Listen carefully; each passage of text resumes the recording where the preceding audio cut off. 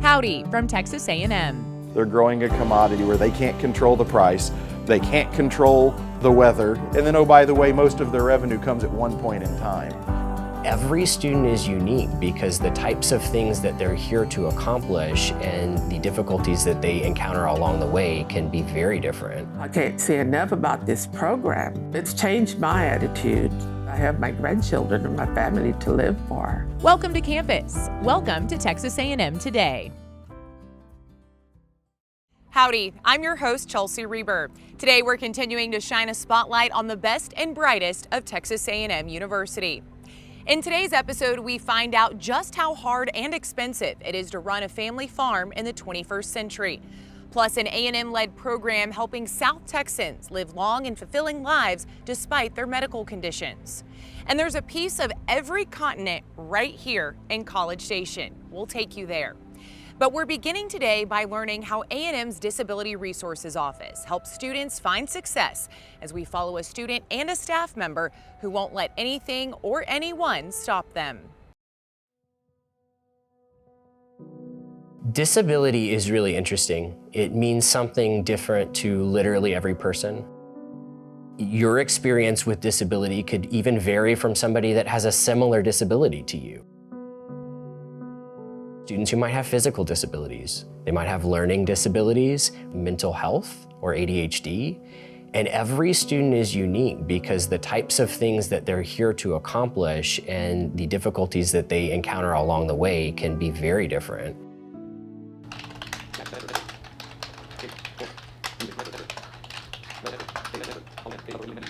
My name is Justin Romack, and I'm a program coordinator with Disability Resources here at Texas A&M. I was born with congenital glaucoma, and it destroyed my optic nerve. I had about 90 eye surgeries for various things until I was 23. When I started losing my eyesight, I just desperately wanted to be successful. I remember having a lot of people in my world tell me that success was going to be very difficult for me. My name's Maureen Hayden. I'm a fifth-year PhD candidate in the biology department at Texas A&M. I teach 20 hours a week, and then I also do research 20 hours a week. I hope that my career will help make change to preserve our oceans and beaches for future generations. My retina in my right eye is detached, and I only have light perception, so light and dark. And then in my left eye, my vision's pretty blurry, not correctable by glasses at all. I think when the public thinks of blind, they think of totally blind, but really it's anywhere from having some vision to no vision at all. My name is Christy Orr, and I'm the Director of Disability Resources. So it's very important for us that we remove as many barriers as we can for students who are coming to campus who have a disability. We've been through many different models of disability over time. Biblical stories of people who are begging in the streets, and the word handicap actually comes from that concept. And so we don't use the word handicap because it's from someone begging on the street with their cap in their hand. Then we got to kind of where the idea was institutionalize everyone. So whatever the disability was, sterilization was common, putting people away in an institution, hiding people away. Then we got into civil rights, and disabled people in the 60s started fighting for their rights, just along with other marginalized populations. When you talk to them, you say, would you take away the disability from who you are? They say no.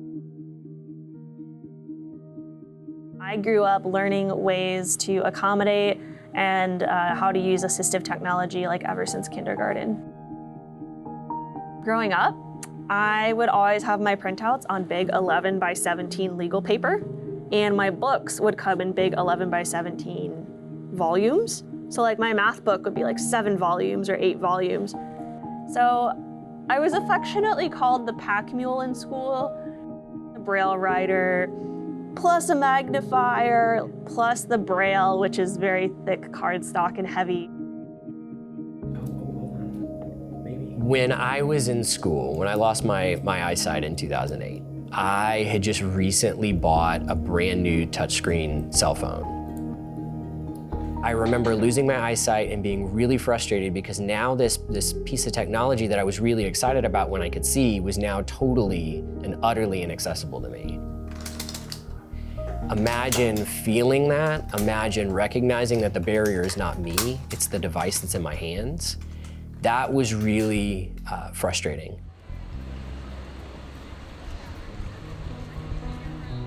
I think we're probably still a ways from really understanding disability and accepting it fully. I'm very proud of Texas A&M and where we come with accessibility. Not just one office's responsibility, so our name may be Disability Resources, but we work with all kinds of different departments to make sure that whatever they're doing is accessible. So we really emphasize that everyone is responsible for accessibility. If you are blind, you need to have an auditory textbook. But being blind doesn't mean that you can't think and you can't produce work, it just is in a different manner. If we were not able to do that for students, we would be losing out on a lot of talented students who can go forward and make, great things happen in this world. It's on our computers, it's on our phones and our tablets, it's on our TVs. You talk to it in your kitchen, you talk to it in your living room. This gradual transition where assistive technology is really part of our everyday lives.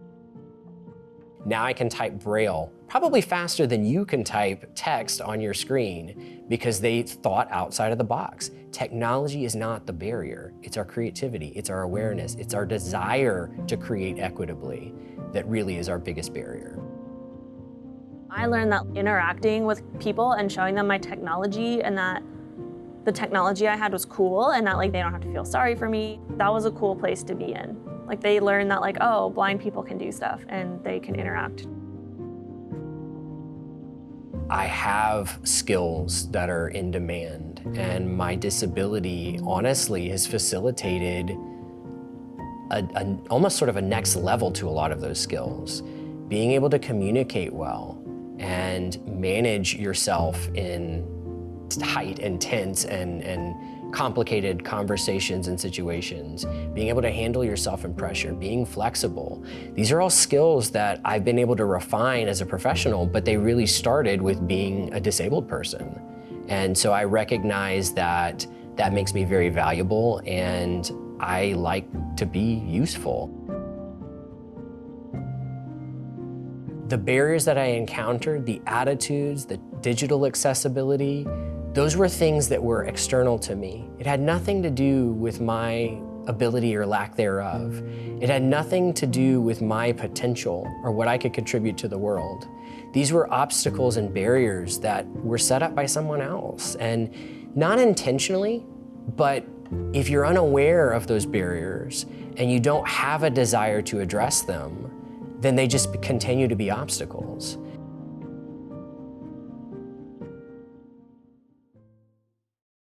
Disability Resources even helps students with housing needs, food allergies, and dietary restrictions. It's time for an Aggie Fact. Scoats Hall is home to a very unique light fixture. Built in 1932 as the Agricultural Engineering Building, Scoats is known for its wrought iron doorway, stone goats and owls, agricultural murals, and, oh yeah, a chandelier made from plow parts. The one-of-a-kind light fixture was made by Voss Metal Works in San Antonio and hangs in the main auditorium. It was restored to its original luster during a renovation project a few years ago.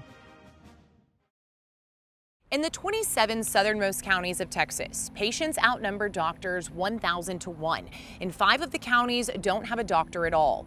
Over the last 7 years, an A&M AgriLife program has stepped in, helping people manage their medical conditions through education.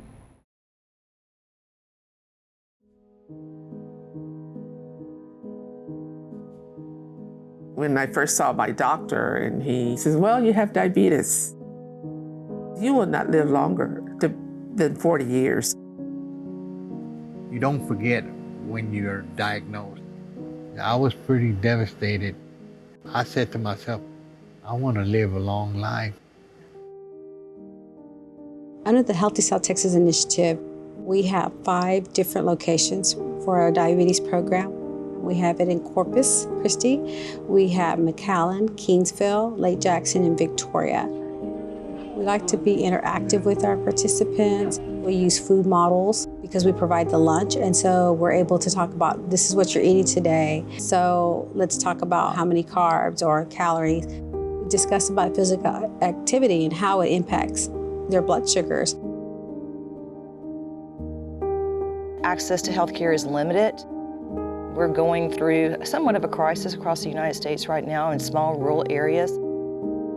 What we're trying to do with Healthy South Texas, particularly the diabetes education program, is make people aware of what diabetes is, how to prevent it, and if you do have diabetes, how to manage that effectively. When I signed up to become a registered nurse, I felt that I needed to be helping people. Besides their primary care physician, very limited resources are out there for them, so their referral to our diabetes education program is a must. There were 7 of us. 5 of us have the diabetes. I didn't want our children to get the diabetes, but they did. It's prevalent in our family. At that time, there wasn't a lot of things available for people to be well informed. They just went with it, and they all passed away from diabetes. We do not want our children to be suffering with us being bedridden if possible. So we have to make an effort.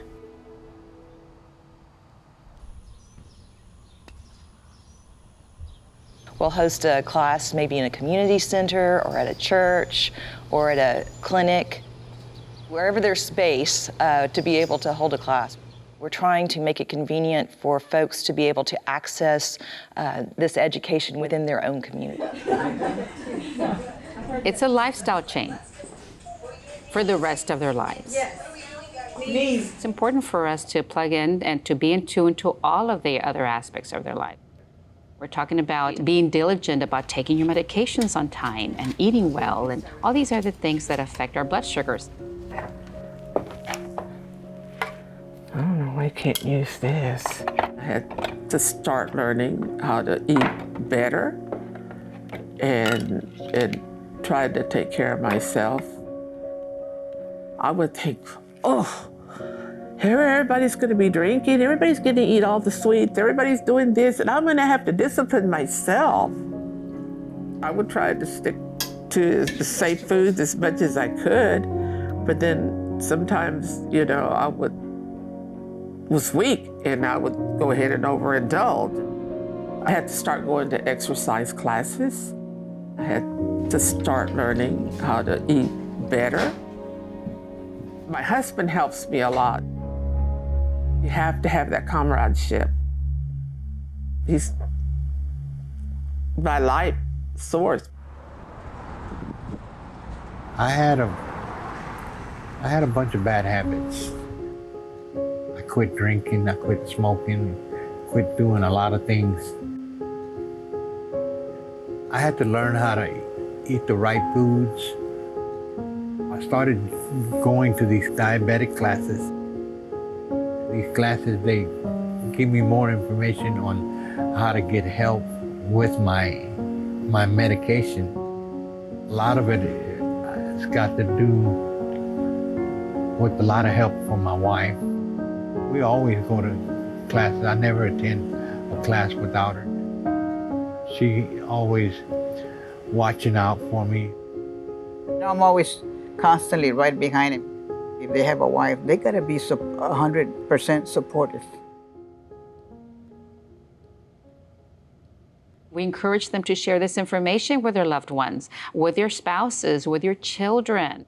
That just because mom, dad, all your relatives had diabetes, you can be the turning point to the point you can say, no, it ends with me. I had made this for a guy and I haven't gave it to him yet. Keeping my diabetes in normal control. Could be a little better, but everything's not always perfect.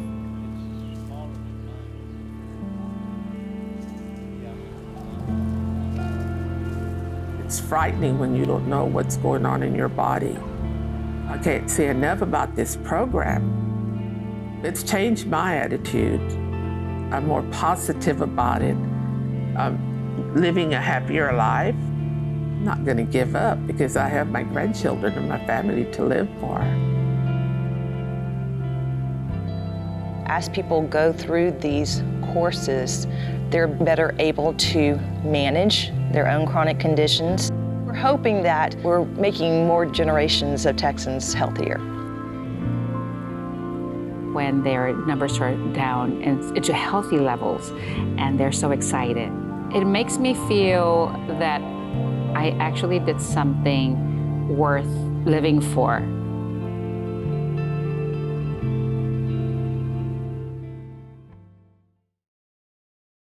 A&M AgriLife isn't doing this alone. They're working with doctors and community leaders to advance the mission of a healthier Texas. Now let's move from helping people stay healthy to helping our planet stay healthy. At the Tracy Herbarium here in College Station, hundreds of thousands of plant specimens are collected, but from the outside, you wouldn't even know.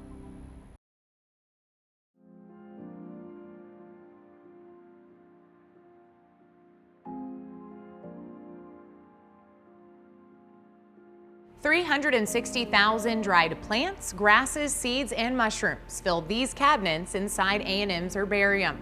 Some are more than 100 years old, including a Texas bluebonnet from 1888 and a French grass from 1806. But this place is more than just a collection. It's critical to environmental research, and it's right in our backyard. An herbarium is a museum, and we document the extent of biodiversity across space and through time. So we have in the state probably the largest collection of grasses. We have the largest collection of mosses and of fungi. And then every continent on Earth we have samples from. So we have mosses from Antarctica. Dr. Daniel Spaulding is the director of the Tracy Herbarium. It's one of more than 3,000 herbaria around the world, all keeping and sharing records of the Earth's ecosystems. Distributions of species are moving with the changes in climate. They're also changing in relation to how we manage land and use land. There are, botanists using our collections for forensic work as well. We can compare pollen grains or seeds, or something gets stuck on the bottom of your shoe, and we can help to identify that as well. Their work isn't limited to academic research. Don't recognize a plant in your yard? Bring it to these experts for help. I try to emphasize to my students that the specimens that they collect will be here for any number of years, could be hundreds of years. They take a plant, they press it in newspaper, they record the information about what the species is, where it came from, and then they send it to us. While you could call this place a museum, it's immediately evident that the specimens are not relics of the past, they're living history. So every specimen has its own inherent worth and value that can't be replaced. These ones that are 100, 200 years old, it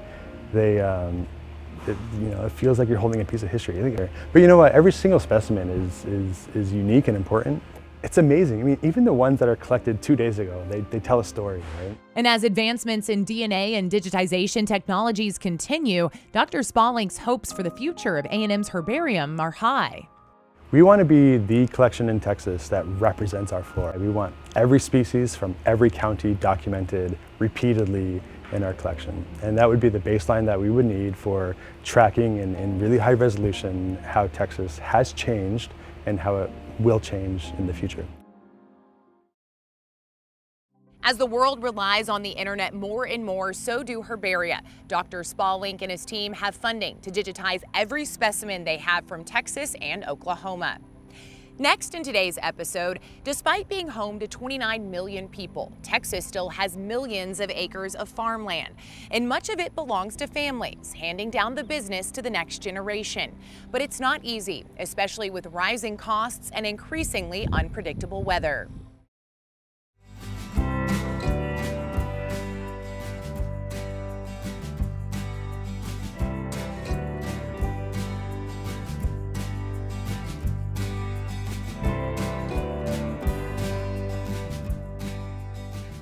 If you were to drive through the countryside, just driving down the road and looking at farms that are dotting the countryside, most folks wouldn't realize that 98% of the farms in this country are still family owned. They're still family operations that are growing the food and fiber that feed and clothe this country. We talk about all the stress and all the pressure, and people might think, well, why in the world are they doing this? I just think it's a love that they have and something that's sort of innate in them, that's what they're meant to do. We're not exactly sure 100%. I'm either fourth or fifth generation, so it's been in the family for a very long time. And when it came that time after college that I decided that it was something that I really truly wanted to do with my life without any regrets or hesitancy. 2009 was my first year where I had land working on my own dime. And the goal is, as I go on in life, that my children hopefully have the same ideas that I did growing up and want to keep this thing going. We are mainly a wheat, corn, and cotton row crop, and we operate on 5,500 acres. The equipment, as you can see just behind me, has become to the point of efficiency that we're able to tackle more acres with the same efficiency, that used to be 60% of what we have now. And so it definitely helps when you're a bigger farm. It helps you sustain through some rough years. A lot of the new equipment that's coming out these days, especially when it pertains to harvest equipment, you're looking somewhere around $900,000 up to $1.2 million that you're investing in a piece of equipment that's going to run for 3 weeks out of the year. And it's really hard to swallow that at the end of the day. I mean, you look back in 1990s, equipment was relatively cheap. And nowadays, just with the R&D development, the technology that goes into this equipment, the size and brevity of everything, it's a lot of money that you have to risk. If your desire is to farm full-time, agriculture producers in this country put a tremendous amount of money at risk. And the upside, yes, the upside can be big, but the downside can also be big as well. And so it's extraordinarily risky. They're growing a commodity where they can't control the price, they can't control the weather, by any means. They're subject to this biological process where anything can happen in that large window. And then, oh, by the way, most of their revenue comes at one point in time. You may look up and your bank account is full and you feel comfortable, and you look up 2 weeks later and you're on a loan. We're basically working our butts off every year just to make payments on stuff, make loan payments, to be able to spend all that money back into equipment. I always tell people, I have a lot of friends that aren't directly involved in farming or agriculture for that matter, and they like to joke with us on, hey, you got a real nice pickup and stuff, you must be doing pretty good. And I'm like, well, I'm rich for half the year and I'm on a loan for the other half. And that's how a lot of farming is. You spend for 9 months out of the year to finally reap what you've sown, bring in the money. It's a lot of money that you have to risk. Land's more expensive, inputs are more expensive. It's hard. When you're reliant on weather, cooperating correctly, whether it's getting a rain or missing a hailstorm, it's uncontrollable. There are things that you can do in farming. You can make every perfect decision and it can still be taken away from you in a heartbeat. Increasingly, farm policy has moved into risk management. It's helping deal with that litany of risks that farmers face. We're asking producers to shoulder too much risk for this service that they're providing to the country. Yes, it's a private business, but also, it's providing food to feed people. And so what you've seen is Congress step in repeatedly, which is one of the reasons why I do what I do. What we do, and the role of federal policy is to try to help provide some risk management tools. And so for our center here at Texas A&M, we're pretty unique in that we get to help advise on that for the entire country, not just certainly for Texas, but also for the entire country. So there's a variety of resources that Texas A&M AgriLife Extension provides to family farmers around the state. We've got county extension agents located in every county in the state, and so if you need somebody to come out to your farm and physically look at something with you, and I think that sort of boots on the ground, people who are actually living in your community is a real strength that Extension offers. There are a lot of challenges, involved in any farming operation. For family farms, I think that can be amplified in some ways. I think a lot of times we view it not just as a job, but as a legacy as well, right? It's part of our family legacy that we're now operating the farm that our grandparents or our great-grandparents may have started. And so I think that there can just be some added stress and pressure from that as well. You're gonna have to go through some tough years. No matter where you farm, what you farm, how you farm it, the decisions you make, it's gonna get hard. You know, at the end of the day, if it wasn't for the people, you know, the whole family being involved with it, it wouldn't be near as easy, and it makes it a lot more enjoyable, makes it a lot easier. It is, you know, in the traditional sense, it is purely family. The Texas farming industry makes about $4 billion a year after expenses. It sounds like a lot, but it means some farms only make an average of $16,000 a year. Next, I caught up with a Texas A&M difference maker for a one-on-one conversation. Today, that's Dr. Rebecca Fischer from the School of Public Health. She's an infectious disease researcher who is earning accolades for the guidance she's been providing to Texans since the beginning of the COVID-19 pandemic. I want to start with a broad overview of what you do. You are an epidemiologist, an infectious disease scientist, investigator, and professor. For people who might not know, can you explain all of those for us? Sure. So first and foremost, I consider myself an investigator of infectious disease patterns and distributions. So think about why diseases occur, why infections occur, who gets them, why some people do and why some people don't, and how can we prevent those? You have been providing COVID-19 guidance to Texans since the beginning. Take me through the moment you realized that this was going to be disastrous. So just reading the information of those very early days, I could see this could go, you know, it could burn out quickly, or it could not, and it could be really major. But the thing that really left the impression on me was the great unknown. And that has persisted, right? So we have so many unanswered questions even still today. We have patterns that we can't yet describe about this disease. What were some things that maybe kind of flew under the radar, but were important to science? One of those meetings with the epidemiologist of the state of Texas who said, what are you doing in Brazos County? Because whatever it is, you guys, something is really working. Wow. And we all need to do it because and this came in the context of, we talk about flattening the curve a little bit. And although, you know, we see these peaks and these cases happening, sure. You know, those waves in Brazos County were a little bit muted compared to neighbors and Texas and some of the other municipalities. So what keeps you up at night now? What scares you about the future of public health? We should not have outbreaks or increasing deaths due to diseases that are prevented with vaccine. The more sort of hesitancy we see, or not hesitancy, because hesitancy is okay to ask questions. Absolutely. It's okay to be concerned about what you're putting in your body. And that's, you know, we should have those conversations. But just sort of a blanket anti-vaccine sentiment is really troubling. Well, thank you so much for joining us today. You can watch an extended version of this interview on our website. Thanks for tuning in to this episode of Texas A&M Today. We're back again in 2 weeks and hope you'll join us to meet more special members of our Aggie community.